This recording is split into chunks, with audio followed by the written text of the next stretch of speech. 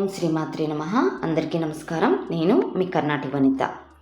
వాస్తు దోషాలు అనగానే మ్యాక్సిమం అందరూ అనుకునేది ఏంటంటే దిక్కులు, వాటిని రూల్ చేసే దిక్పాలకులు, అధిపతులు, వాటికి సంబంధించిన దోషాలు అని, అలాగే కన్స్ట్రక్షన్లో ఏర్పడే దోషాలు అని కూడా. కానీ వీటితో పాటు ఇంకా వాస్తు దోషాలను ఇచ్చేవి ఏంటంటే, వాస్తు అనేది ఒక ఎనర్జీ.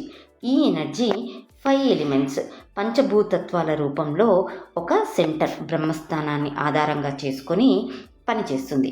ఈ సృష్టి అంతా కూడా పంచభూతత్వాలతోటే ఏర్పడింది. లివింగ్ థింగ్స్ కావచ్చు, లేదా నాన్ లివింగ్ థింగ్స్ కావచ్చు. సో ఈ గృహానికి సంబంధించిన 16 దిక్కులు, 16 జోన్స్ అనేవి కూడా పంచతత్వాలనే కలిగి ఉంటాయి. ఈ 16 జోన్స్లలో వాటర్, జలతత్వాన్ని, ఎయిర్, వాయుతత్వాన్ని, ఫైర్, అగ్నితత్వాన్ని, ఎర్త్, భూతత్వాన్ని, స్పేస్, ఆకాశతత్వాన్ని కలిగి ఉంటాయి.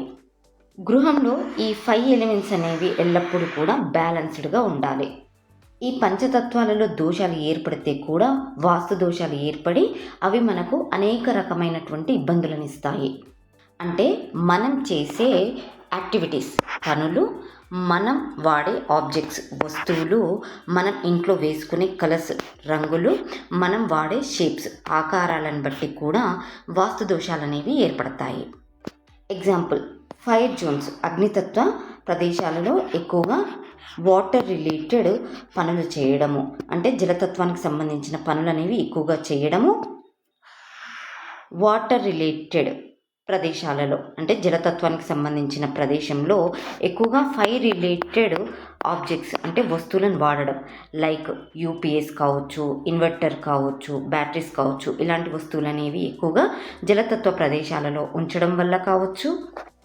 ఎర్త్ జోన్స్, భూతత్వ ప్రదేశాలలో ఎయిర్ మరియు వాటర్ రిలేటెడ్, అంటే వాయు మరియు జలతత్వానికి సంబంధించిన రంగులు వేసుకోవడం వల్ల కావచ్చు. ఇలాంటివి చేయడం వల్ల కూడా వాస్తు దోషాలు అనేవి ఏర్పడతాయి.